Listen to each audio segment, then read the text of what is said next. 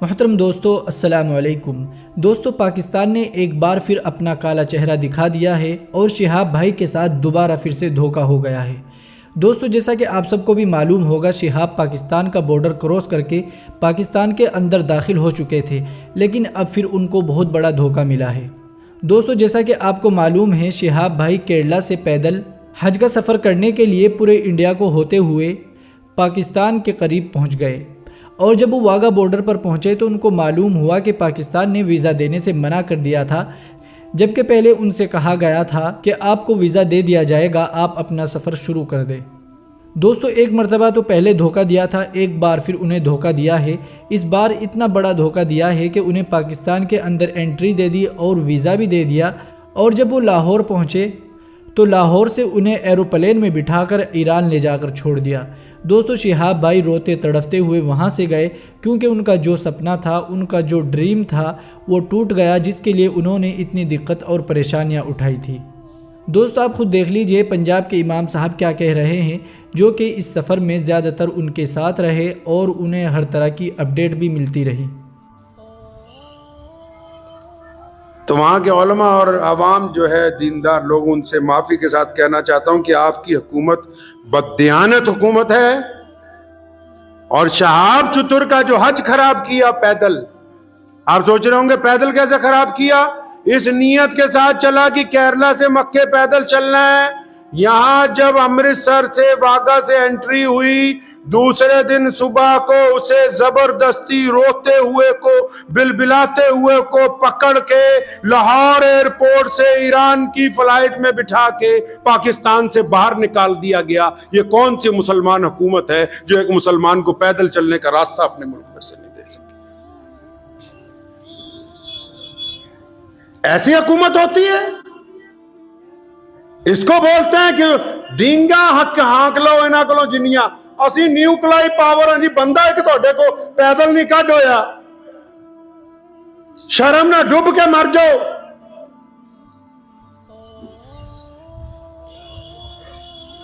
कितना करम है। मैं आप ये देखें, हम इस मुल्क में, अलग बात है जो फिरका परस्त कुछ कहते हैं, और जब कहते हैं तो उलमा उसका जवाब देते हैं, अदालतें उसमें इंसाफ करती हैं, लाखों लोग मुसलमान नमाज पढ़ते हैं, सजदे करते हैं, इज्तिमा होते हैं, एक मुसलमान को पैदल रास्ता नहीं दे सके।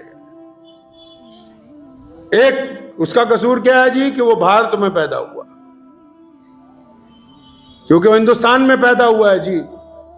काश के हिंदुस्तान की भारत की सरहदें ईरान तक लगी होती तो आज ये बंदा खैरियत के साथ चलता हुआ मक्का मुकरमा अपनी उम्मीद, और जो उसने अल्लाह ताला से अपनी उम्मीद दिल लगाया कि मैं पैदल वहां तक पहुंचूंगा, आराम से चला जाता। तो इस हुकूमत ने क्या बेईमानी, इस बेईमानी में सिर्फ पाकिस्तान एम्बेसी के अफसरान नहीं, शहाब चतुर टीम के कई गद्दार शामिल हैं, जो चतुर के नाम पर बिरयानियां भी खाते रहे, जेबें भी गर्म करते रहे, और बाद में घड़ियाली आंसू रो के मुसलमानों को दिखाने भी लगे।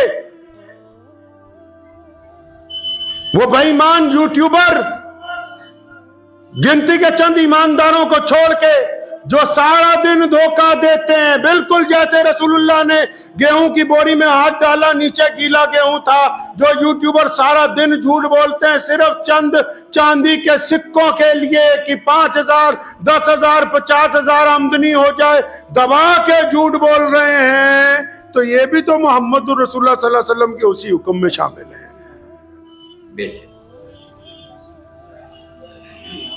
धोखा किया उस मजलूम के साथ, यहां से कहा कि तुम्हें वीजा दे दिया है, और उस धोखे में शहाब चतुर टीम के लोग, हम जाएंगे अभी पंजाब पुलिस के डीजीपी के पास, जिन्होंने धोखा दिया वो ये ना समझे कि वो बख्शे जाएंगे।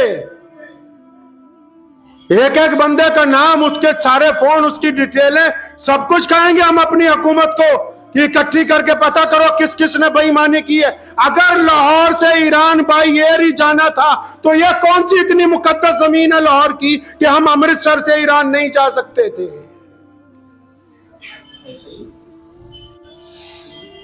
वहां कौन से बहुत बड़े मुहद्दिस बैठे हुए थे लाहौर के अंदर, जिन्होंने उसे उठा के जहाज के अंदर बिठा दिया।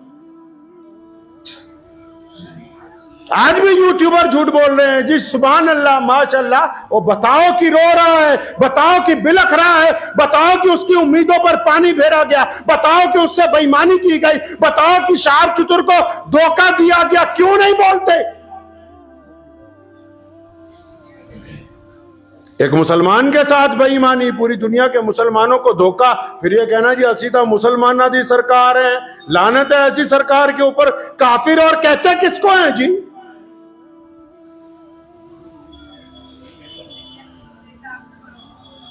उम्मीदों पर पानी फेरा, जबरदस्ती की।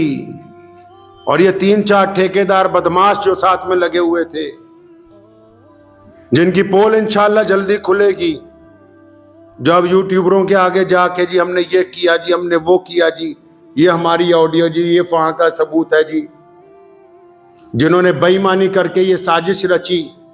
क्यों भेजा हमारे मुल्क के एक आदमी को धोखे से पाकिस्तान? अगर उसने रास्ता देना ही नहीं था, अगर वो उसको पैदल ताफ्तान तक पहुंचा ही नहीं सकते थे, अगर वो अपने मुल्क में, हमारे मुल्क में 3000 किलोमीटर चला वो बंदा, केरला से लेकर अमृतसर तक, कदम कदम पर तमाम मजहबों के लोगों ने, मुसलमानों ने तो करना ही करना था, तमाम रियासतों की हुकूमत ने इस बात का ख्याल रखा कि चतुर आराम से गुजर जाए, चतुर को तकलीफ ना हो कि एक बंदा हज करने के लिए जा रहा है, तुम उसको चंद किलोमीटर अपने मुल्क में चलाने के बाद ज्यादती करते हो और फिर ये कहते हो कि हम मुसलमान हैं।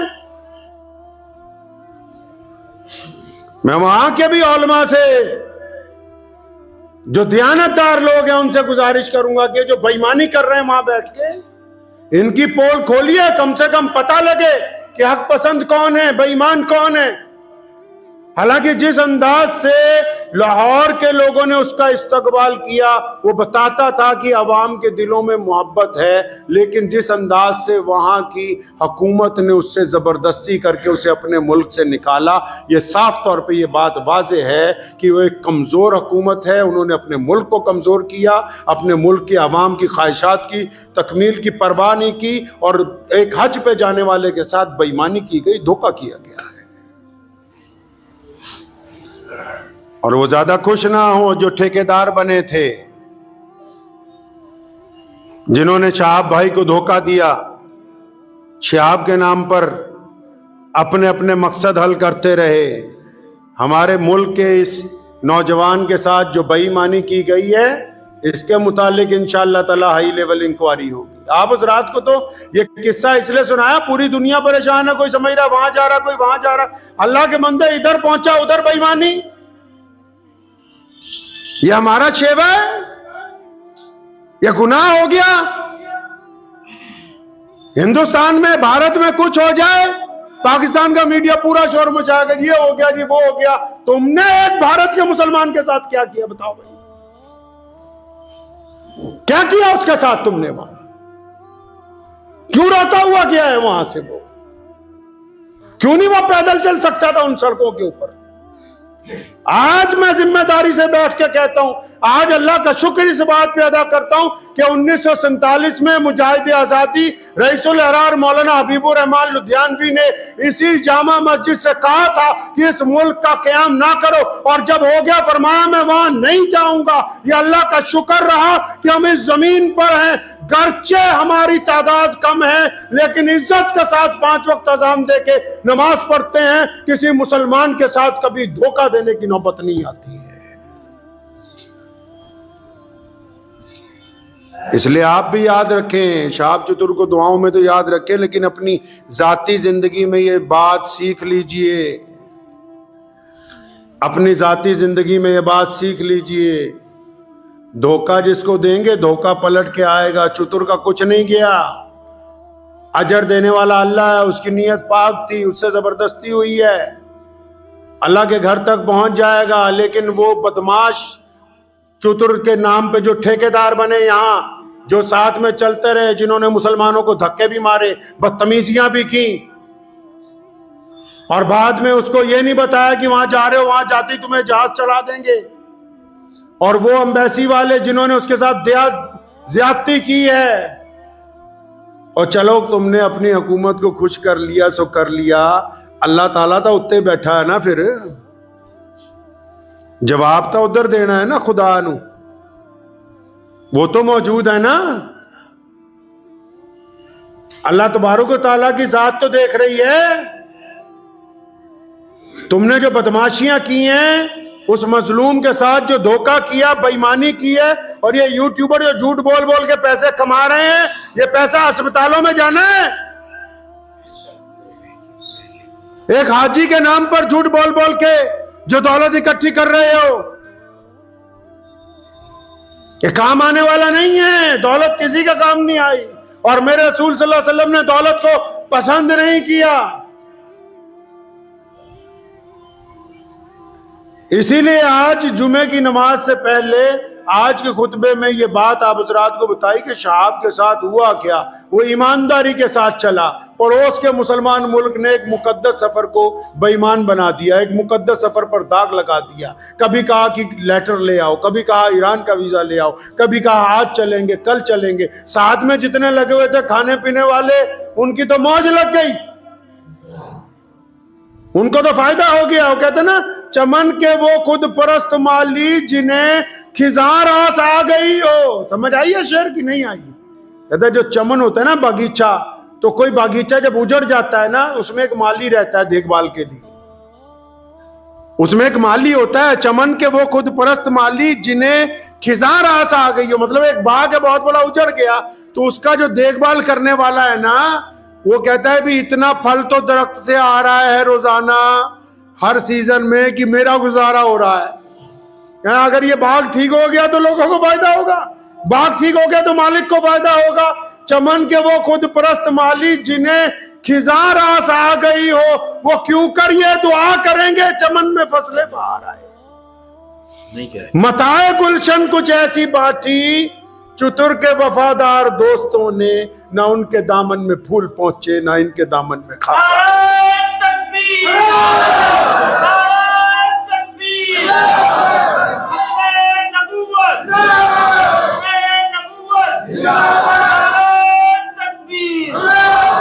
तो बस आप हज़रात से ये गुफ्तगू करनी थी जो आज धोखा दिया गया। दुआ कीजिए शहाब चतुर की अल्लाह हिफाजत फरमाए। मेरे साथ मुख्तसर दुआ।